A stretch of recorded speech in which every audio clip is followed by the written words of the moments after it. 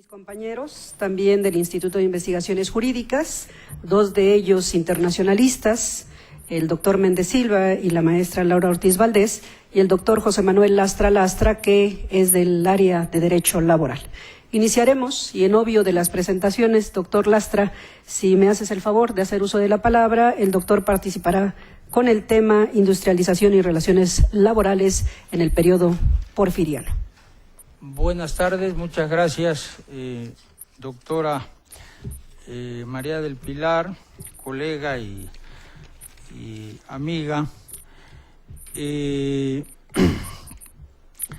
Me parece muy oportuno el que toquemos este tema, y precisamente en el aniversario luctuoso de nuestro personaje en análisis. El 2 de julio murió don Porfirio Díaz, ayer, nada más que hace 100 años.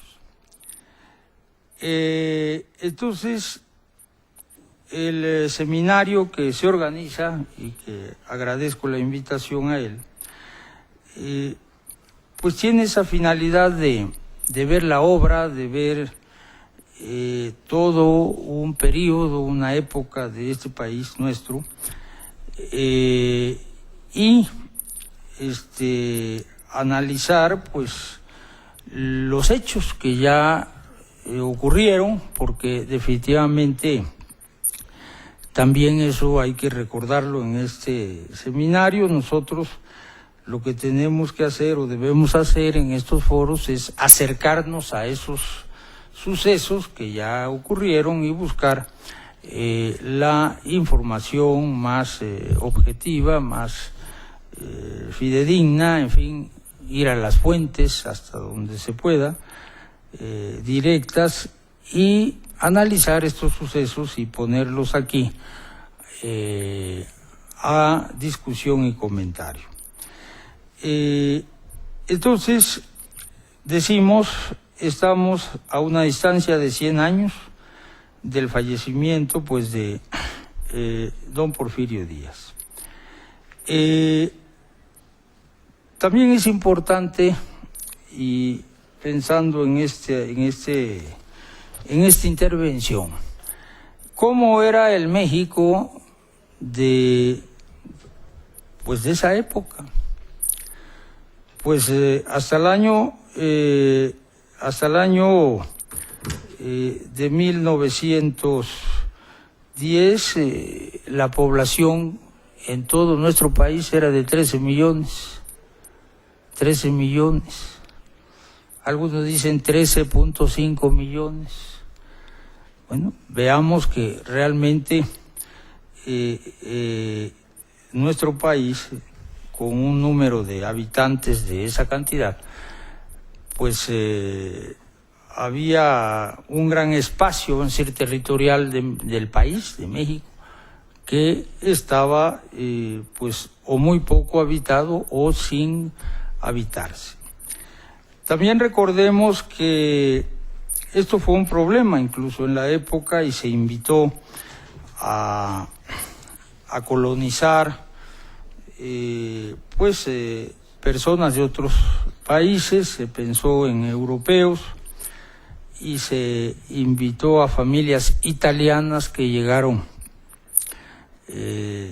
todavía dentro de la época de don Porfirio a Michoacán, la famosa hacienda de Nueva Italia y Lombardía, que se establecieron allí, y familias italianas llegaron a trabajar allí.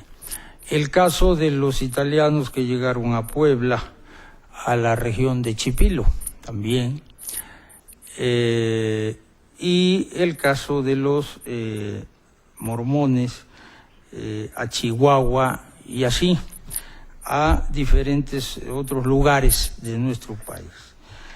Entonces, la población pues de México no es la que somos ahora, ¿verdad? 120 millones de personas, 13 millones, y si queremos exagerar la cifra, pues vamos a pensar que 14 o 15, pero los datos indican que sobre esa cantidad de habitantes éramos.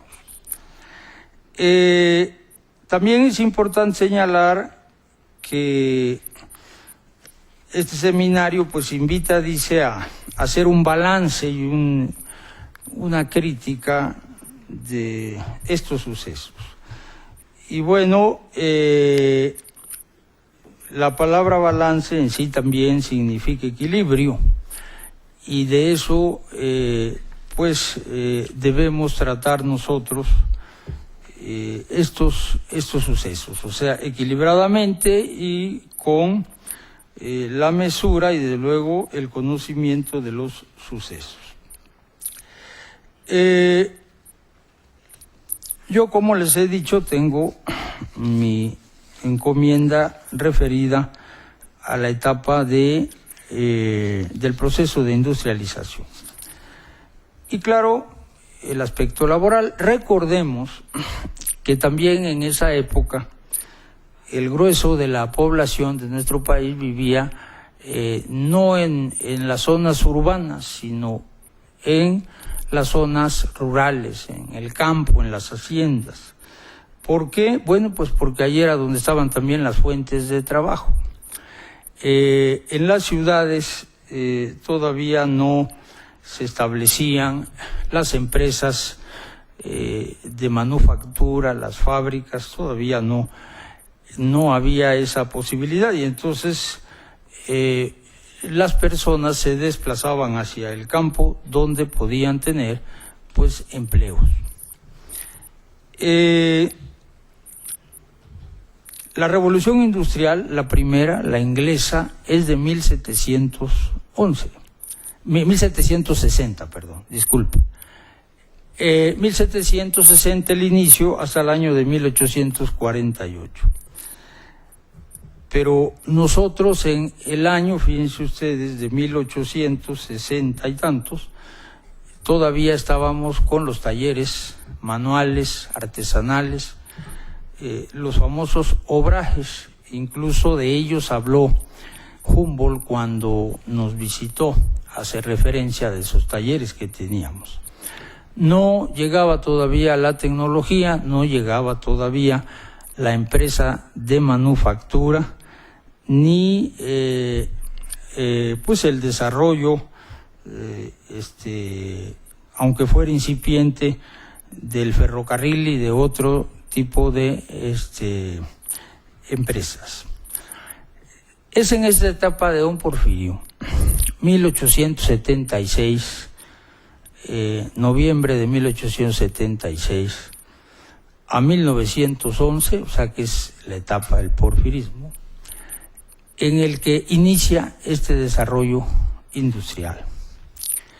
Claro, él invita a los países tecnológicamente que van a la punta, Inglaterra, los países europeos, también Estados Unidos, pero los europeos, Francia, y que vengan y que inviertan en nuestro país, y evidentemente pues traigan su tecnología, que en esa época es avanzada y que nosotros tampoco tenemos en ese momento.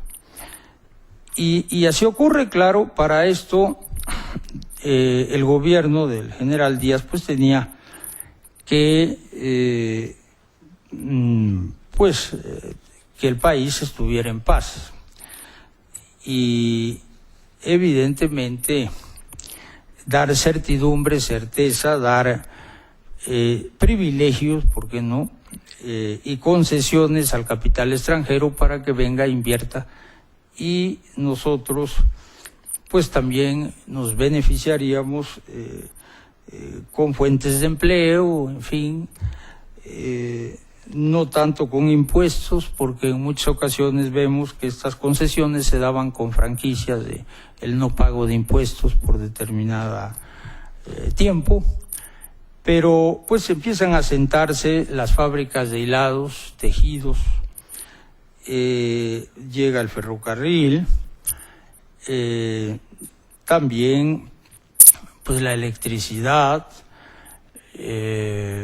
encontramos que empieza a haber industrias. Y bueno, la fábrica pues tiene, entre otras características, de que reúne a las personas en el mismo sitio todos los días, a la misma hora. Y entonces, con todo esto que va surgiendo, pues también van surgiendo los problemas. Los trabajadores llegan a su centro de trabajo, platican sus experiencias o sus también problemas, ¿por qué no?, y sus inconformidades entre ellos. Y bueno, empieza a haber esa situación. Y claro, empiezan también a surgir sociedades mutualistas. El Gran Círculo de Obreros Libres, en 1872, en la región de Orizaba, Río Blanco, Nogales, Santa Rosa, toda esta parte pues del estado de Veracruz, donde hay varias y diversas empresas textiles establecidas allí. Claro, Tlaxcala y Puebla, que están cerca. Y empieza, ¿por qué en esa región? Bueno, porque esa región es pródiga en cuanto a agua, clima, en fin, muy propicia, y por eso se eligió esa zona del país. Y así vemos que vienen también empresas cerveceras, vienen, pues los franceses tienen nos traen su repostería, las pastelerías, hasta una guerra tuvimos por reclamos de pasteles, recuerden. En fin, empieza el país a industrializarse. Y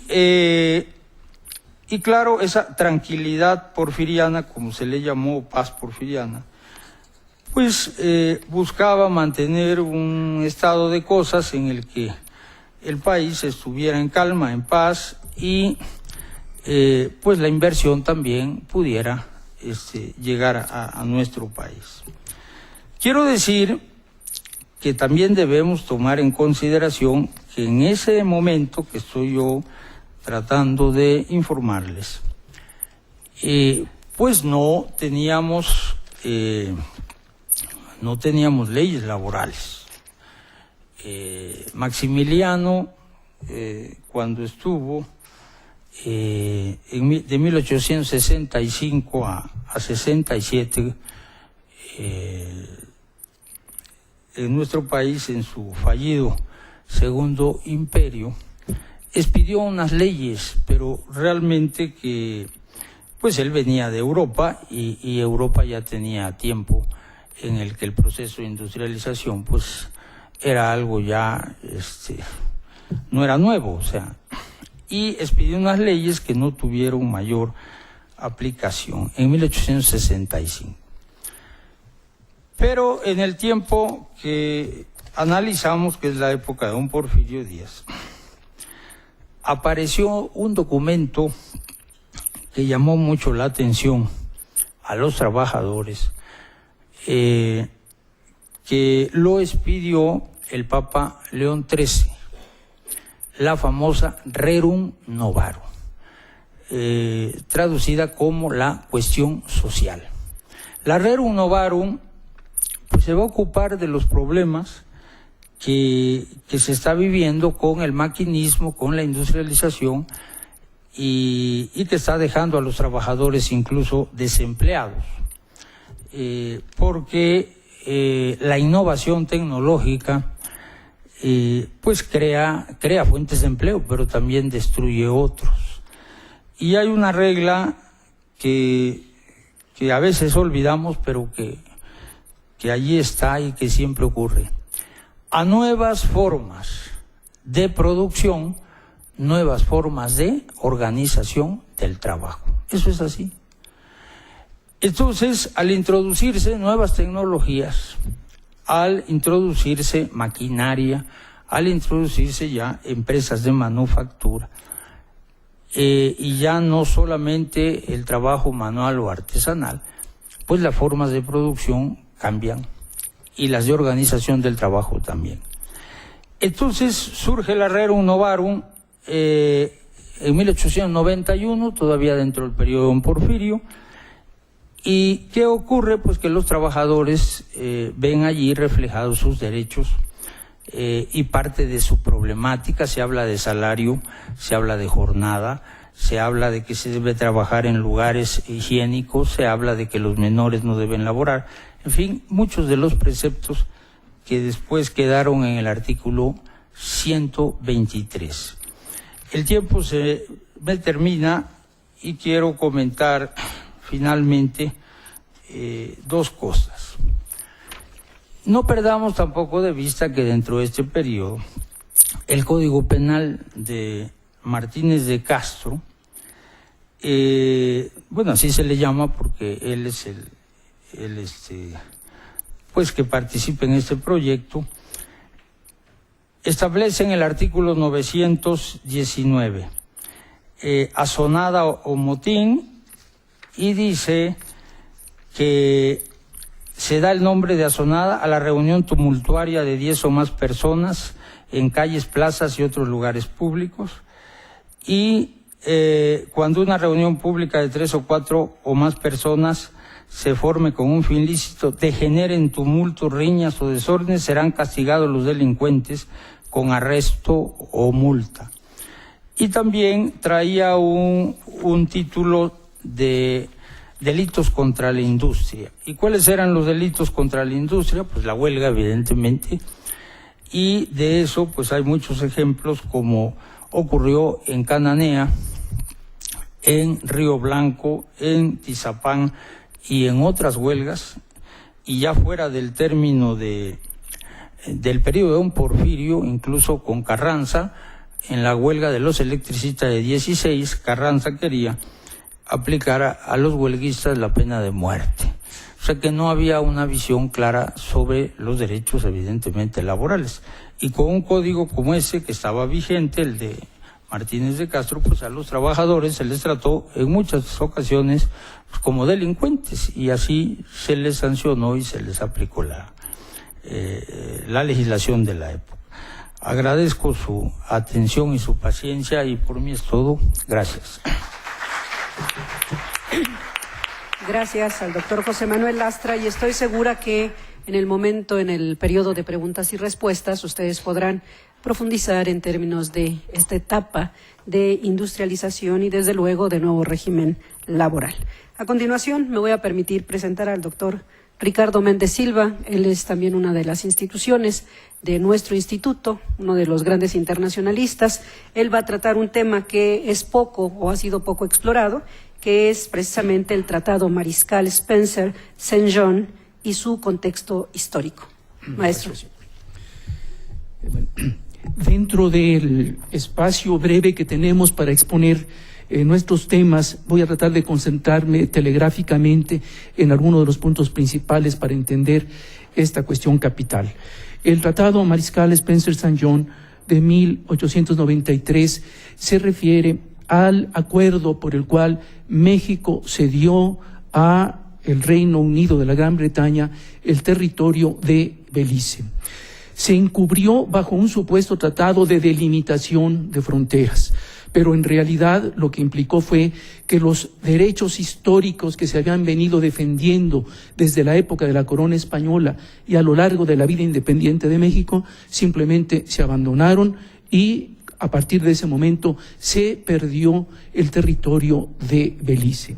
Tan esto es así, tan se perdió en 1893, a pesar de brotes nacionalistas que de repente surgían en el país pidiendo la recuperación de esta parte que fue de México, es que al sobrevenir la Segunda Guerra Mundial y haber firmado Francia el armisticio con Alemania y habiendo quedado sola Inglaterra frente a la Alemania nazi, en aquellos días, en aquella etapa que se conoció como la batalla de Inglaterra, y que se veía que podía perder la guerra Inglaterra frente a Alemania, surgió la posición de Isidro Fabela a través de un libro estelar de él, que se considera uno de los mejores, en donde puntualizaba que en caso de que fuera derrotada Inglaterra y el territorio de Belice, que había sido mexicano antes de 1893, pasara a manos de Alemania,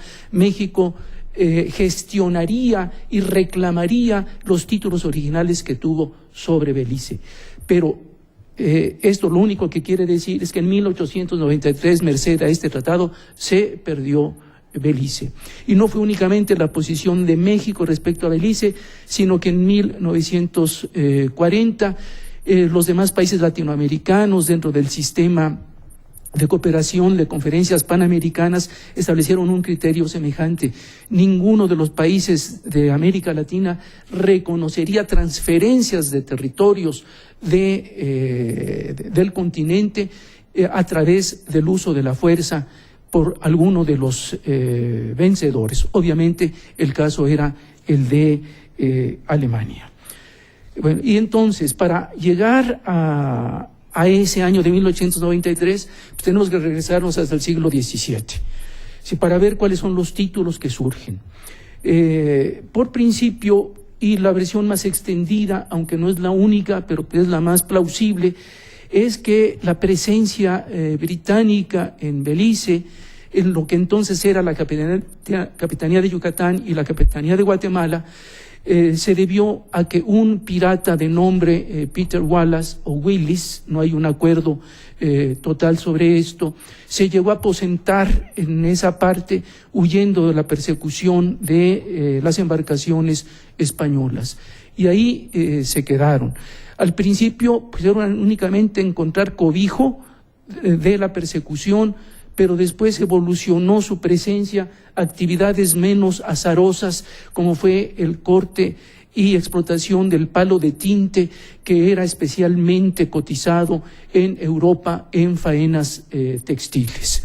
De esta suerte era menos riesgoso andar de piratas y ya se volvieron sedentarios y se dedicaron a estas actividades de la madera. Hubo distintos tratados entre España, el Reino de España y el Reino de Inglaterra, en donde siempre quedó a salvo el título español. Lo único que se dio en aquellas etapas, en el siglo XVIII, en el siglo XVII, en el siglo XVIII, fue hacer delimitaciones dentro de los cuales podían establecerse esos habitantes, pero de ninguna manera implicó un reconocimiento de soberanía a Inglaterra en favor de Inglaterra. En este sentido,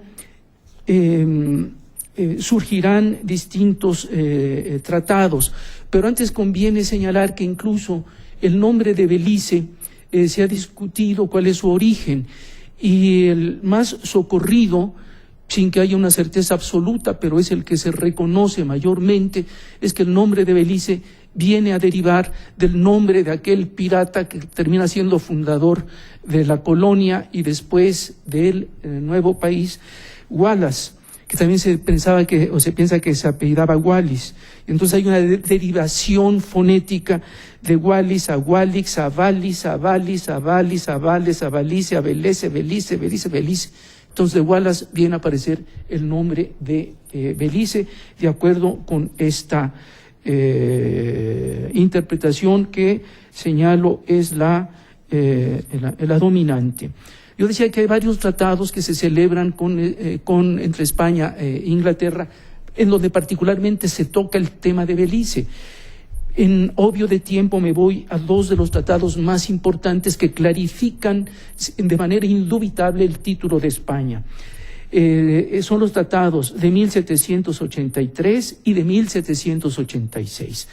Por estos se compromete España no afectar, no incomodar a los habitantes de ese asentamiento, pero sin que se les transfiera ningún título de propiedad, bien fuese privada y menos de carácter público.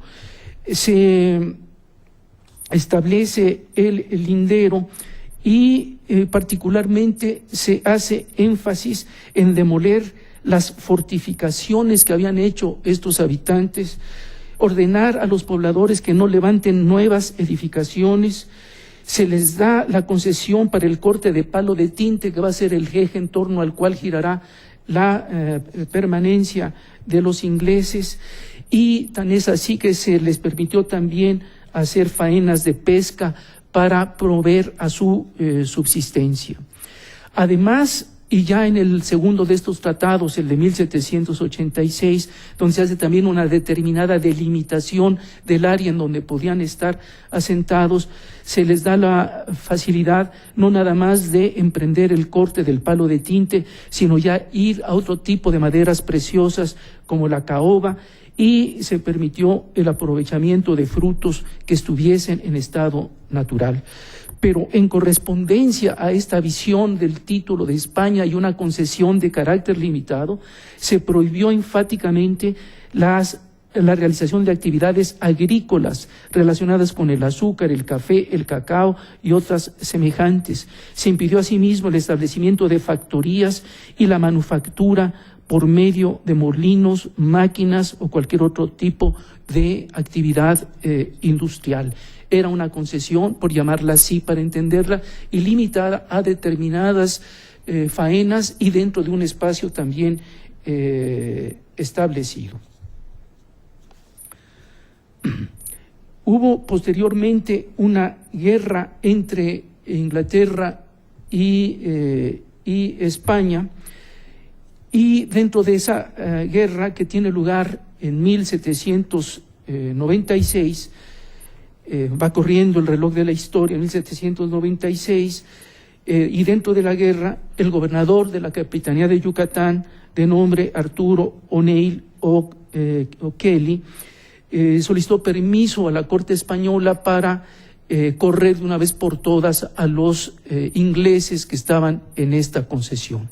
Sabemos que los tratados, cuando hay una guerra, entran en suspenso, cuando no en extinción, que es la regla más extendida. Estando en guerra, pues de una vez vamos a correrlos. Y ese señor Arturo O'Neill, que era el gobernador de la Capitanía de Yucatán, se interna al territorio, pero con mala fortuna. Estuvo a punto de caer prisionero y se desanimó a un ataque frontal en contra de los habitantes, se retiró básicamente a la frontera, que hoy es la frontera con México, y esto hizo que los beliceños cantaran victoria y proclamaran la adquisición del territorio por conquista. Esto es importante señalarlo porque es el argumento en el momento: derrotamos al capitán, al ejecutivo de la Capitanía de Yucatán, y entonces ahora sí ya somos dueños.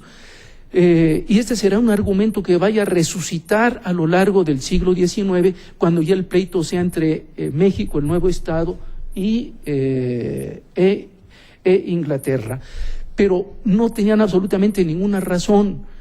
Primero, es discutible si realmente fue derrotado O'Neill, pero hay una cosa que es contundente, y es que vino un tratado, el de Amiens de 1802, entre España y Francia con Inglaterra, y en donde se estableció de manera indubitable que todos los territorios que hubieran cambiado de dueño durante el periodo bélico se restituían a los propietarios originales. Entonces no podría ejercerse el derecho de conquista cuando está descalificado jurídicamente con este argumento y de carácter indubitable. Todo esto es importante advertirlo, porque cuando México se independiza, México es el heredero de España, para decirlo en términos asequibles. Es el heredero de España, una figura que en derecho internacional se conoce como sucesión de los estados. Un nuevo estado asume los derechos anteriores, pero siempre y cuando no lo perjudiquen, pero se constituye en sucesor de, en este caso, de los derechos de la época de la corona española. Esto es así, y en principio, casi al momento de la independencia, muy poco tiempo de la independencia, empieza a negociar Inglaterra con México, con el nuevo Estado. Resumiendo, se hacen 2 tratados con Inglaterra, uno en 1825 y otro en 1826. O sea, estaba fresca la independencia de México, que había culminado en 1821. Es un tratado donde se tratan varias cosas, pero en el artículo 15 se trata específicamente la cuestión relativa a Belice, para que se vea que estaba en el ambiente. Quizás ahora a nosotros se nos ha olvidado y no tenemos ni idea de todos estos aconteceres, pero entonces estaba en la atmósfera de las relaciones internacionales de España, y México tenía conciencia de esos títulos que provenían de España. El artículo 15 decía: quedarán vigentes en todo su valor y fuerza entre Su Majestad Británica y los Estados Unidos Mexicanos las condiciones convenidas en el artículo 6 del Tratado de Versalles de 1783, o sea, el que se había restituido a través del Tratado de Amiens. O sea que la propia Inglaterra reconocía que era una cuestión perteneciente a México. Pero ¿saben qué pasó? Sí, este es el artículo 15. El Reino Unido no ratificó el tratado, porque se dieron cuenta, ¿verdad?, que era abandonar supuestos títulos o argumentos, por lo menos, con los cuales les iba a posibilitar tener una punta de lanza en Centroamérica, en el continente americano.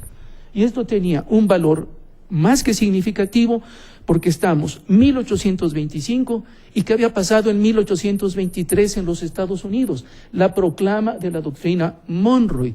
Y la doctrina Monroe había señalado que los Estados Unidos no reconocerían ninguna nueva colonia de una potencia extranjera en el continente americano. ¿Cuál era la posición de Inglaterra a partir de este momento? No, nosotros ya éramos dueños de Belice antes de 1823. Y entonces en 1825, cuando se dan cuenta que le están reconociendo a México los derechos de España, no ratifican. Y todavía más, hubo anteriormente a esto, 1825, en 1817 y 1819, un par de leyes del Parlamento británico en donde se trataba de castigar los crímenes que se cometían en posesiones de Inglaterra, pero en los cuales no ejercía soberanía. Y entre esos se encontraba Belice. Sí, Belice ellos mismos sabían que no era territorio inglés, y se establece dentro de la lista de posesiones que están en su poder, pero que no están bajo su soberanía. Entonces, a partir de este momento va a cambiar todo, va a tratar de buscar, no, nosotros somos dueños de entonces, y después va a evolucionar a otro argumento que veré si me da tiempo cuando queden unos 5 minutos me dices para poder cerrar. Es que el material es realmente abundante. Hay otro momento estelar también para México. Sabemos, México se independiza en 1821, logra consolidarse, y cuando recibimos el reconocimiento de España, ¿en qué año nos reconoce España? Bueno, pues España se tarda 15 años en llegar a la conclusión de que la pérdida es irreversible. Y es por el tratado de 1836 entre México y la corona española, cuando es México reconocido por España. Pero en esta coyuntura, en la coyuntura del reconocimiento, y cuando el Reino Unido se da cuenta que ya estamos en arreglos con España para el reconocimiento, y lo saben de propia mano porque se había hecho mucho a través de Inglaterra, las negociaciones para llegar a concretizar este acuerdo de independencia, un señor Villers, enviado por la Gran Bretaña, negocia ante España que le dé directamente el territorio de Belice. ¿Qué significaba? Es decir, que nosotros no somos dueños del territorio, ha sido de España. Entonces le piden a España que dentro de estas negociaciones no le incluya Belice a México y se los dé directamente a Inglaterra. Es un momento que abona a favor de México. Y bueno, nada más por señalar el artículo correspondiente, dice: Su Majestad la Reina Gobernadora de las Españas, a nombre de su augusta hija, doña Isabel II, reconoce como nación libre, soberana e independiente a la República Mexicana, compuesta de los estados y países especificados en su ley constitucional, a saber, el territorio comprendido en el virreinato llamado antes Nueva España, el que se decía Capitanía General de Yucatán, dentro de la cual se encontraba Belice. Pasan los años, surge en 1847 la Guerra de Castas en Yucatán, y los colonos, como se les quiera llamar, los habitantes de Belice, se quejan de que están siendo afectados por las incursiones indígenas. Y José María Luis Mora, otro de los seres estelares del siglo XIX mexicano, a la sazón ya embajador en la Gran Bretaña, protesta ante el gobierno británico por el apoyo que le están dando a los indígenas que se levantan en contra del Estado mexicano. Pero lo señalo únicamente para señalar que México seguía pugnando por esto. Y ya Lord Palmerston, el canciller de Inglaterra, dice: bueno, pues lo veremos después, discutiremos después, y siempre dándole largas al asunto. Guatemala pacta entonces con Inglaterra un tratado también sobre Belice, no es el momento de señalarlo, pero es a cambio de la construcción de una carretera en el territorio de Belice de Guatemala, que nunca se hace, y Guatemala llega a reclamar el fin de ese acuerdo que nunca entró en vigor. Pero bueno, otra cosa que me interesaría, y nada más como noticia breve: el primer secretario de Relaciones Exteriores de Porfirio Díaz, Ignacio Luis Vallarta, en 1877, hace un informe que es una obra maestra de diplomacia sobre los derechos de México con relación a Belice. Es una pieza de veras que no tiene desperdicio en el porfiriato, alegando por la propiedad de México sobre Belice. Pasan los años y llega a ser canciller de Porfirio Díaz Ignacio Mariscal, una luminaria también del siglo XIX. Estuvo en la embajada en Washington con Matías Romero cuando la intervención francesa, fue constituyente en 57, escritor, sí, pero le toca negociar el tratado Spencer-San John, que es por el cual nosotros perdemos el territorio de Belice. Y hay un dato muy importante, y es que, habiendo sido canciller, se interrumpe su gestión y va a Inglaterra como ministro de México, y está los años 1883 y 1885. No quiero caer en un sospechosismo barato, pero a mí me crea desconfianza que, habiendo estado en Inglaterra en estos años, 83-85, de pronto, en 86, cuando asume nuevamente la Cancillería, nuevamente en este momento se inician las negociaciones para la cesión, porque eso fue de Belice. Y simplemente voy a terminar, si ustedes me permiten, señalando algunos párrafos de la explicación que hizo Mariscal ante el Senado sobre el tratado. Dijo: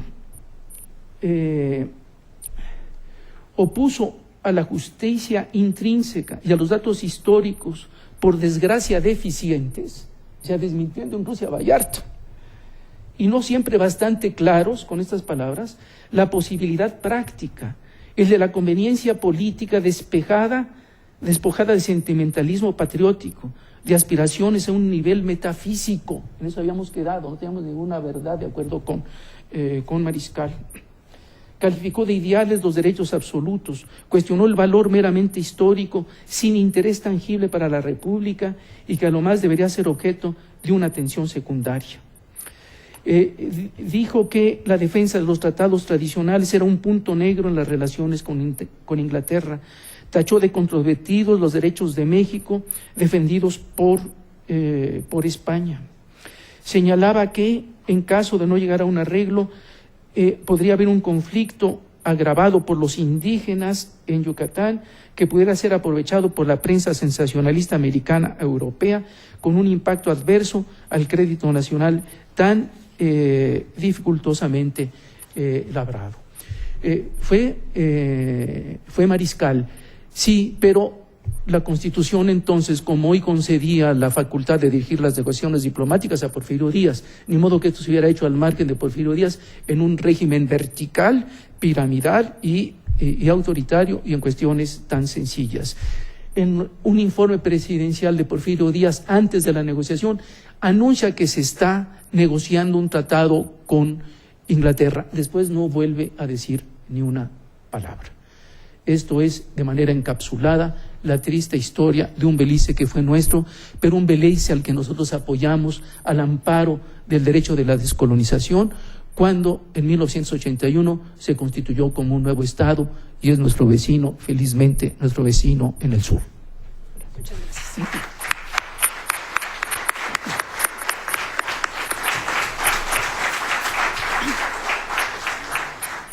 Muchas gracias, doctor Méndez Silva, y desde luego esta narración espléndida nos deja con el apetito de otra narración un poco literaria que la maestra Ortiz nos va a hacer en relación también con otro de nuestros territorios, una isla, la Isla de la Pasión, o también denominada Isla de Clipperton. Maestra Ortiz, bienvenida y desde luego está usted en su casa. Muchas gracias.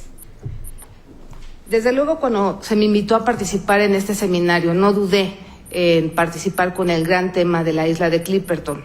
Recuerdo todavía las clases del difunto Víctor Carlos García Moreno, que fue quien contó en la clase de Derecho Internacional Público esa historia, que me apasionó de tal manera que a lo largo de varios años me dediqué a hacer una tesis de licenciatura denominada El Marco Jurídico de las Islas Mexicanas.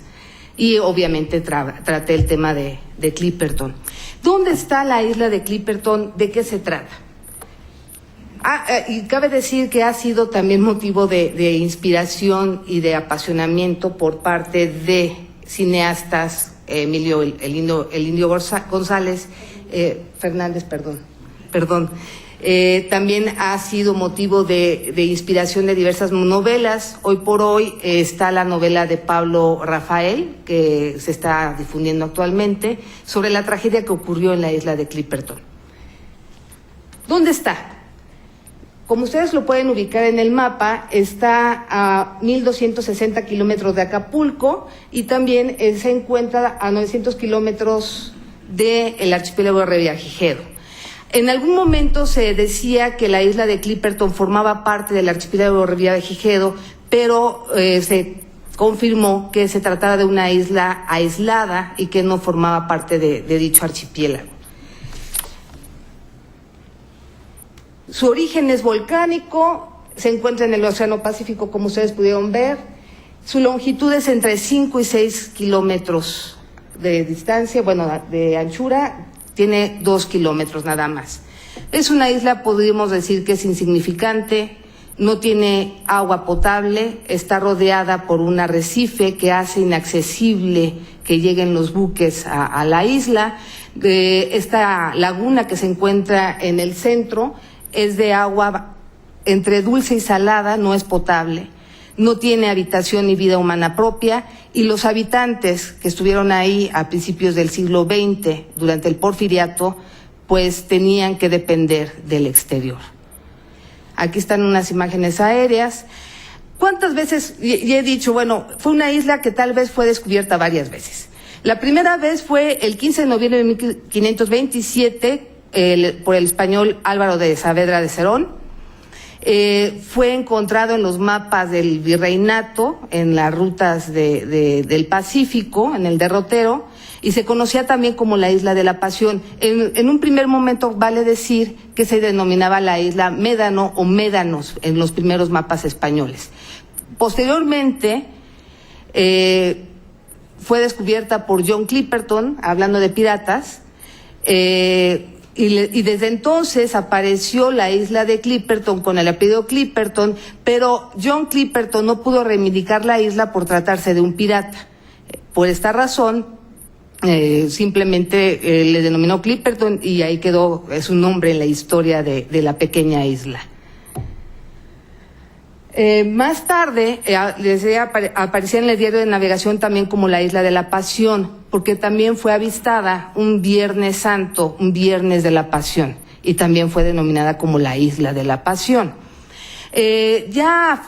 Hablando en el siglo XVIII, ya cuando Francia dice que fue el descubridor de la isla, siglo XIX, dicen que tomó posesión el 17 de noviembre de 1858 por el navío francés de Victor Lecoq Cabergen, y que precisamente desde el buque, porque jamás visitó la isla, desde el buque hizo sus anotaciones en el diario, en la bitácora del buque, diciendo que había descubierto la isla. Fue posteriormente a las Islas Sandwich, que hoy por hoy son Hawái. Registró la isla como propiedad reivindicada al gobierno francés a nombre del rey Napoleón III. Nunca, vale decir, nunca fue habitada por los franceses. ¿Cuál fue el interés de la isla durante el siglo XIX? Resulta que el guano se constituyó como un potencial fertilizante por algunas empresas mineras inglesas, norteamericanas, europeas, incluso estadounidenses, que tenían una relación de islas desiertas para ir a visitar y precisamente explotar el guano.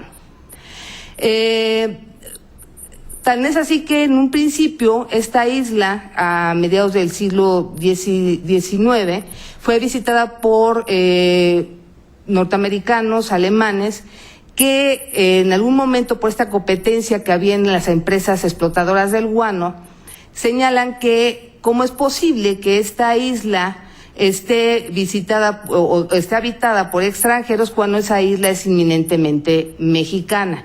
Y de hecho esa noticia que salió en el Herald de Nueva York señalaba que esa isla pertenecía al archipiélago Revillagigedo, pero en que en realidad, como les mencioné hace un momento, está más alejada del archipiélago.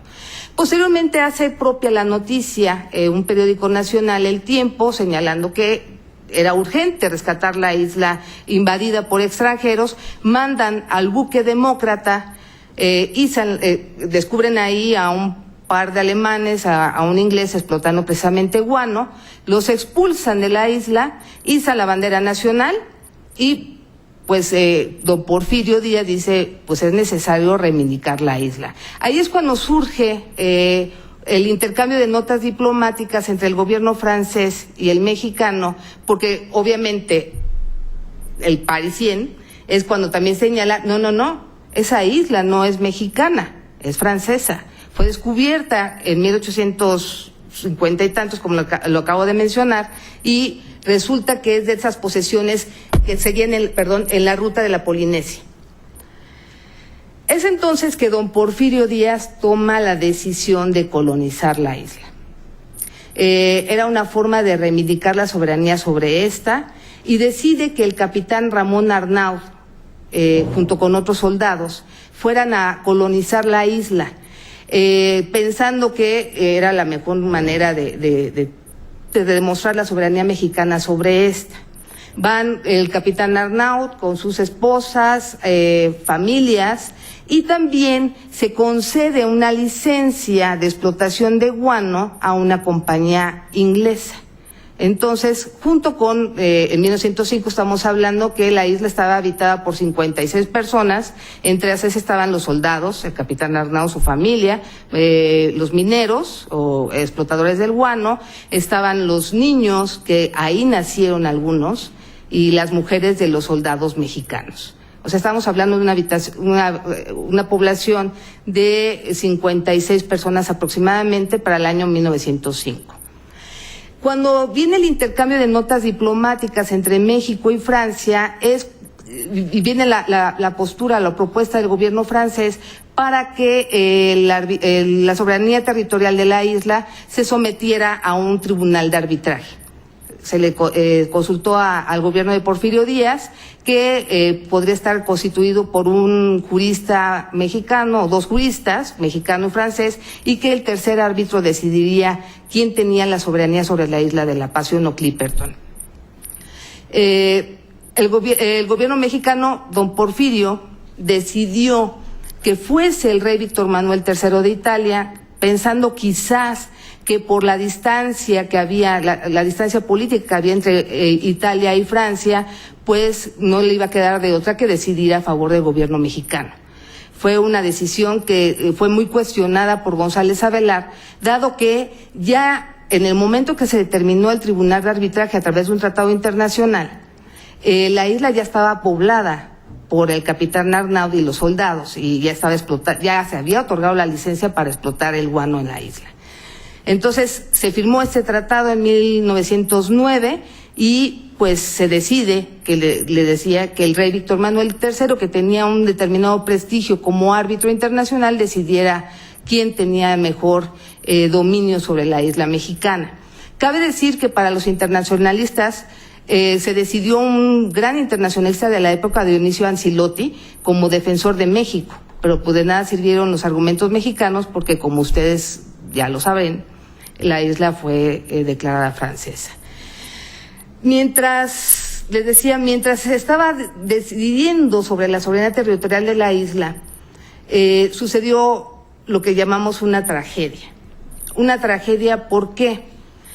Pensemos que durante la habitación de la isla, ya les había mencionado que no tiene vida propia, que no tiene agua potable, dependía constantemente de que los buques mexicanos le surtieran de víveres a los pobres habitantes de la isla. Lamentablemente estalla la revolución. Entonces es cuando el capitán Arnaud decide ir a México y negociar que pues se siga suministrando de víveres, y de hecho negocia con Victoriano Huerta para que le sigan suministrando de víveres. Lo logra, pero fue relacionado con el gobierno huertista. Ya en la última ocasión se dice que el último buque que le iba a suministrar alimentos a la población de la isla fue atacada precisamente por fuego amigo y no pudo llegar. Posteriormente hubo un encallamiento de otro buque extranjero, los náufragos se comieron los víveres de los habitantes de la isla. Ellos tenían como 5 meses de víveres y obviamente con el encallamiento del otro buque, pues estos se terminaron rápidamente. Se fueron olvidando de los sobrevivientes. Al momento de rescatar a estos náufragos, se le solicitó al capitán Arnaud que saliera de la isla. Él, por alguna decisión propia y tal vez de un falso heroísmo, dijo: voy a reivindicar la soberanía de esta isla a favor de México, y para salir de esta necesito la comunicación por el gobierno mexicano. Entonces, por este falso heroísmo, pues decidió quedarse con los pocos soldados sobrevivientes, las mujeres y los niños. Obviamente fueron quedando sin víveres, nada más había unas cuantas palmeras que obviamente no les daba la suficiente vitamina C, les dio escorbuto. Se habla de muchas historias, incluso hasta de antropofagia, pero no hay ninguna comprobación de que haya habido antropofagia en la isla. Pasaron varios años, ya por la cuestión de salud que tenían los habitantes, ya veían un barco y a veces no pasaba tal. Había una tormenta, se habla de muchas historias que durante una tormenta ya se había acercado un buque, pero que dada lo fuerte del huracán decidió partir. En otra ocasión el capitán Arnaud también alcanzó a ver la imagen de un buque y decide que con los pocos sobrevivientes hombres armar una balsa e irse a encontrarse con este buque. Lamentablemente, y es cuando se habla de estos mitos, dicen que encalló la balsa del capitán Arnaud, otros dicen que hubo una gran bestia marina que los atacó, los tiburones. Nadie se sabe aún, porque incluso cuando fueron rescatados los sobrevivientes hubo contradicción entre sus versiones. ¿Qué pasó con esas pobres mujeres y niños que se quedaron solos en la isla? Bueno, resulta que había el guardián del faro, el famoso Victoriano Álvarez, había sido aislado al otro lado de la isla por poco conflictivo quizás. Entonces, al verse solo con aquellas mujeres, pues decidió declararse el rey de la isla de Clipperton, hizo de las suyas con las señoras. Imagínense, era un infierno. O sea, estamos hablando de varios años. Pensemos que ellos empezaron a habitar la isla en 1905 y fueron rescatadas hasta 1917. O sea, imagínense la tragedia que vivieron estos habitantes ahí. Pasaron varios años y las mujeres cansadas de Victoriano Álvarez, casualmente el día en que fueron rescatadas, lo asesinan. El capitán del buque que los rescató decide guardar silencio porque resultaba un poco sospechoso. Ellas decían que había muerto de escorbuto, pero al ver el cuerpo de Victoriano Álvarez destrozado, porque fue con un martillo como lo asesinaron, como que dudó y decidió guardar silencio, porque obviamente el relato de las sobrevivientes, o sea, fueron mujeres y los niños. Por aquí tengo una imagen. Pues les decía, fue una verdadera tragedia. Se le avisa al capitán de la señora Arnaud que fuese a rescatarlas, y fue, les decía, hasta 1917 cuando un buque norteamericano logra sacar a estas personas de ahí. ¿Qué pasaba con el arbitraje internacional? Sospechosamente, pensemos, esto inició con el Tratado de 1909, fue hasta 1931 cuando se decide el laudo arbitral. México presentó sus pruebas, los mapas españoles, que denotaban que la isla de Médano había sido descubierta por los españoles, que estaban en el derrotero en las rutas españolas. Siempre apareció ahí, y como las islas forman parte del territorio de la Nueva España, por ser accesorias, pues tenían que pasar al territorio de México. Por su parte, el gobierno francés argumentaba que se trataba de res nullius, que esa isla estaba deshabitada y que México no había comprobado que la había habitado anteriormente, antes de 1905, que fue colonizada por don Porfirio Díaz.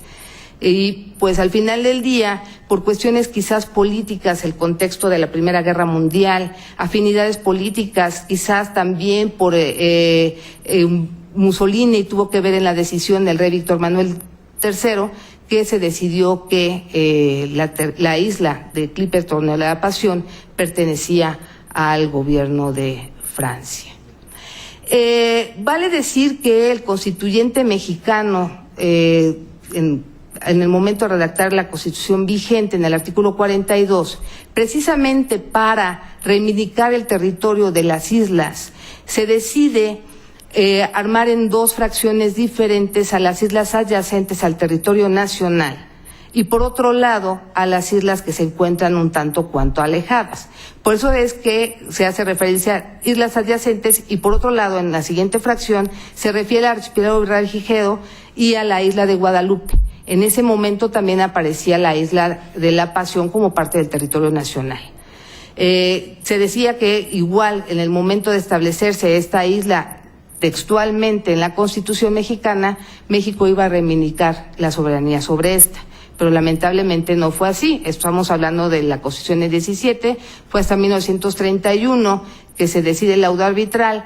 México asume respetuosamente este laudo, pese a que se trataba de un laudo inminentemente injusto, y decide en 1934 reformar la Constitución, borrándola del artículo 42 constitucional.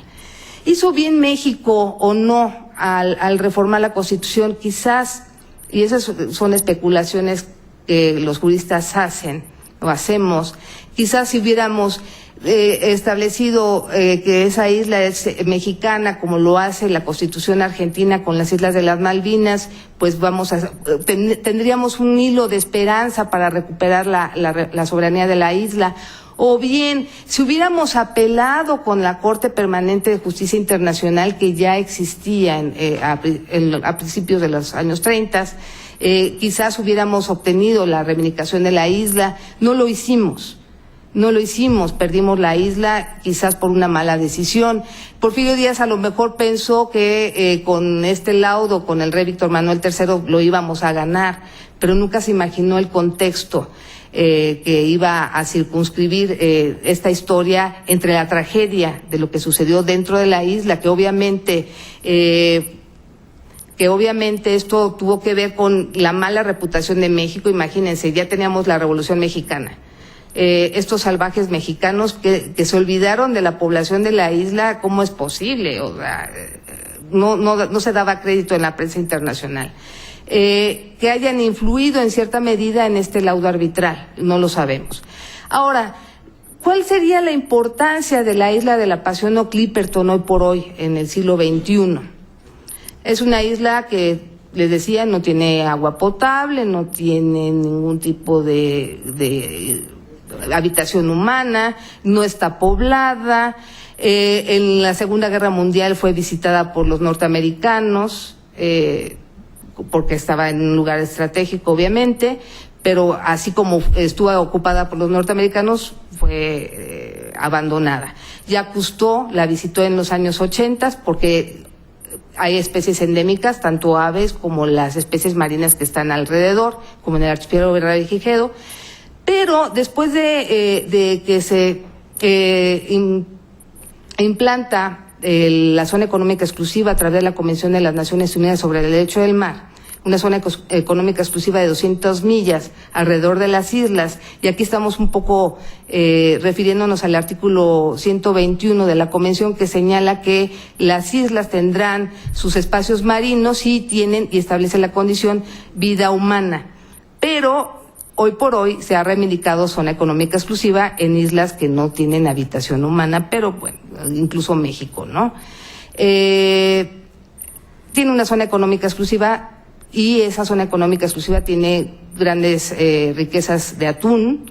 Los fondos marinos que están alrededor de la zona económica exclusiva, hay grandes yacimientos mineros, nódulos polimetálicos que tuvieron gran auge en los años 70, y que es la Autoridad Internacional de los Fondos Marinos que se encarga de administrarla. Aún hoy por hoy todavía no son explotados. Hay manera de recuperar la isla, no sabemos. Se habla de que igual si hubiéramos celebrado un acuerdo con Francia y que vamos a explotar de manera conjunta los nódulos polimetálicos que están alrededor, en cierta medida nosotros reivindicamos lo que existe en esa isla, no se sabe. La cosa es que perdimos la isla, es un territorio más como en el caso de la isla de Belice, y queda para la memoria de muchos, porque quizás se trata de un episodio que se trata como tragicomedia, pero que en realidad pasó. Fue una gran tragedia nacional. ¿Y qué pasó con el capitán Arnaud? Fue un héroe desconocido, solamente se reconoce en su natal Orizaba, en donde tiene su busto, y hay una estatua ahí que recuerda la pasión que vivieron los habitantes en la isla de Clipperton. Muchas gracias por su atención.